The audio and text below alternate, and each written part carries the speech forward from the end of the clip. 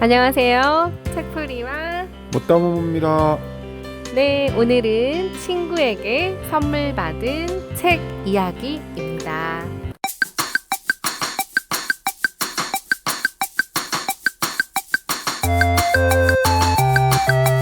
바로 모리와 함께한 화요일이라는 책입니다.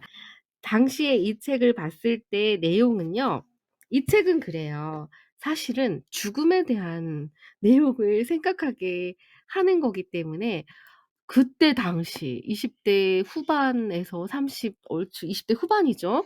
그때 당시에 저로서는 이 책을 보는 순간 내가 지금 몸이 아파 죽겠는데 사실 잘 눈에 들어오진 않았던 책이에요.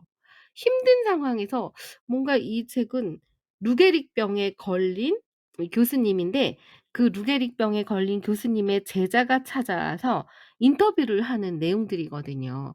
그래서 앞으로 이 죽음이 다가오는 삶 안에서 내가 어떻게 세상을 살아가야 되는지를 알려주는 책이다 보니 그때 당시에는 저한테 와닿지가 않았어요.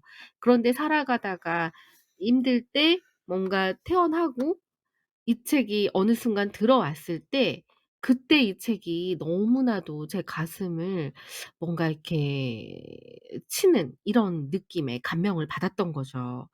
그런데 저는 그래요. 이 책은 한 번도 안 보신 분들이라면 무조건 꼭 읽으셔야 되는 책이라는 생각이 들어요.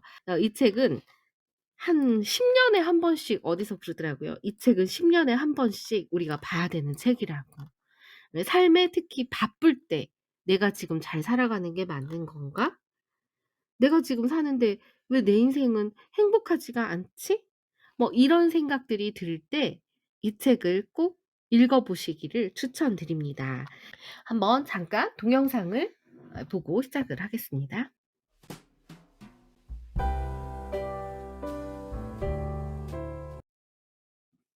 나이 드는 두려움을 이기는 방법. 세상 사람들은 젊음을 강조하지만 난 그렇게 생각하지 않아.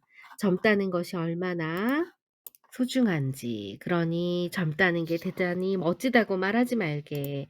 젊은이들은 갈등과 고민과 부족함에 시달리고 또 비참함을 겪는 것도 모자라서 인생이 어떻게 돌아가는지 모르는데 누가 매일 살아가고 싶겠나.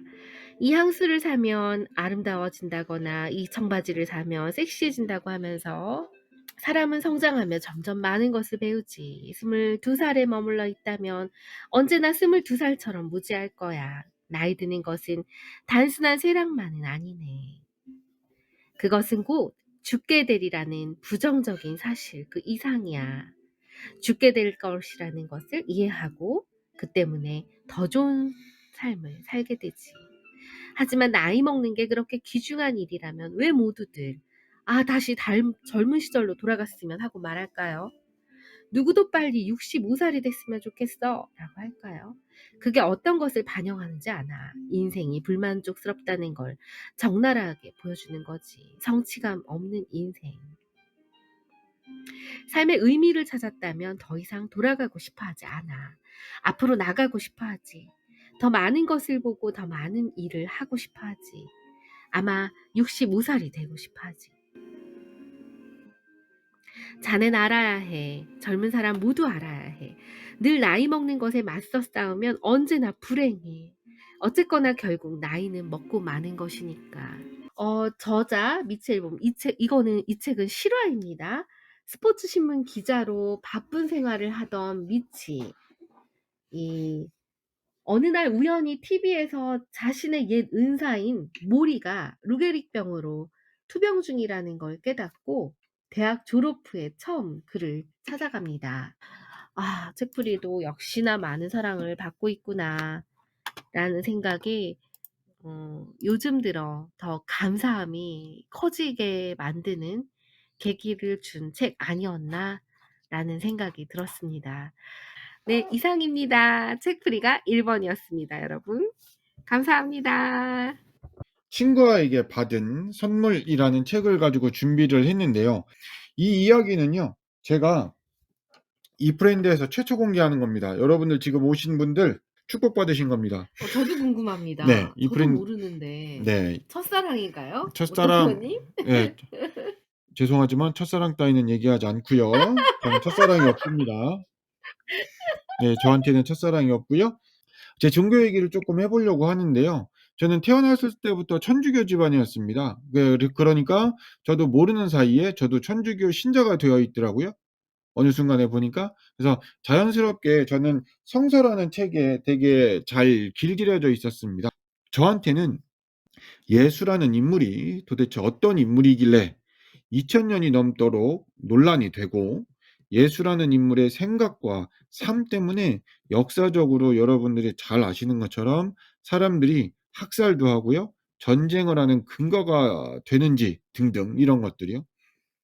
잘 생각해 보시면 역사적으로요, 사람들을 한 인물로 인해서 인류가 많은 이런 사건들을 겪고 사고들을 일으킨 인물은 아마도 없지 않을까라는 생각을 한번 해 봅니다. 그중에 이 친구는 정말 골수 좌파였습니다. 저랑 같은 나이였는데요. 전혀 다른 생각을 하는 친구였습니다. 예, 전혀 다른 생각을 하는 친구였는데 지금 생각해 보면 아마 신해철 같은 친구였지 않았나라는 생각을 해 봅니다. 무슨 느낌인지 혹시 아실까요? 예. 하여튼 그런 느낌을 갖고 있는 친구였어요, 얘가. 이 친구가 어느 날 같이 산책을 하다가 자연스럽게 이런저런 얘기를 하다가 예수님 얘기를 했겠죠. 그러니까 이 책을 권해 줬습니다. 어떤 책이냐 하면 엔도 슈샤코라는 사람의 사회부군에서라는 책이었습니다. 이 책을 이야기할 때는요, 인물 중심으로 이야기하면 좋을 것 같습니다. 우선 주인공인 나는 예수의 13번째 제자라는 작품을 구성하는 작가고요. 이 도다라는 친구는 원래는 열렬한 신자였어요. 열렬한 신자였는데 그때는 인제 성서를 전공을 하고 역사적인 예수에만 매달리는 친구였습니다. 쥐라는 이름의 수사가 한 명 등장을 합니다. 주인공인 나는 그 쥐라는 수사가 결국은 수도원을 나와서 본국인 폴란드로 갔고요. 2차 세계대전 중에 유태인 수용소에서 죽게 되었음을 알게 돼서 그 쥐라는 인물의 행적도 찾게 됩니다. 예수라는 인물이 또 큰 주인공 중에 한 명이고요. 예수라는 인물과 만났던 알페오, 안드레아, 시몬, 그다음에 성서에 등장하는 대사제 안나스, 그다음에 쑥을 파는 상인도 등장을 하고요.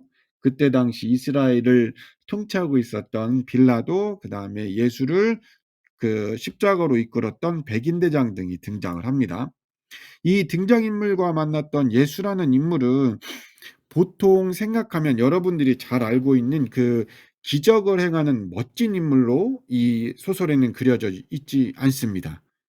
왜소하고 나이가 더 늙어 보이기는 하지만 사랑으로 가득 차 있습니다. 그런데 사람들의 기대하고는 전혀 관계없이 그런 기적 따위는 일으키지 못하고요. 그래서 예수를 따르던 제자들에게 버림받는 모습으로 그려집니다. 네, 얼핏 보면 힘이 없고 무능력하고 마냥 슬프기만 한 인물로 예수를 묘사를 합니다.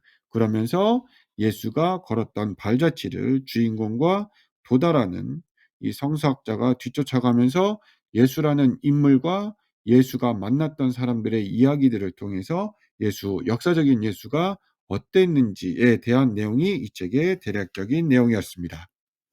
네. 처음 그 친구한테 사회부군이라는 책을 읽었을 때 그 충격은 정말 저한테는 대단했거든요. 이 책이 그 후에 저의 공부하고 삶의 방향을 많이 바꿨습니다. 예수라는 인물이 백인대장을 만나서 자기를 죽음으로 이끌어가는 백인대장을 만나서 하는 대사입니다. 내가 할 수 있는 일은 사람들과 고통을 나누는 일입니다. 나는 다만 사람들의 슬픈 인생을 하나하나 지켜보았고 사랑하려 했을 뿐입니다. 내가 한번 그 인생을 스쳐 지나가면 그 사람은 나를 잊지 못하게 됩니다. 왜냐하면 내가 그 사람을 언제까지나 사랑하기 때문입니다. 라는 구절이거든요. 예. 이제껏 저한테 그 예수라는 인물을 잊고 일상생활을 살았습니다. 그런데 어찌됐건 간에 예수라는 인물을 잊지 못하고 이렇게 또 여러분들한테 이야기하는 것을 보면 이 책의 예수라는 인물의 말대로인 것 같습니다. 예. 그 사람을 절대로 잊지 못한다는 거. 예, 20년 전에 제 친구였던 형철이는 학교를 그만두고 결혼해서 지금 잘 살고 있나 모르겠습니다. 자, 오늘 제 얘기는 여기까지 해서 마치려고 합니다. 예, 제 얘기 들어주신 여러분들 너무 감사합니다. 여기까지 제 얘기의 끝이었습니다. 감사합니다. 오늘 함께 해주신 여러분들이 책풀이와 못다모모의 큰 선물입니다. 감사합니다.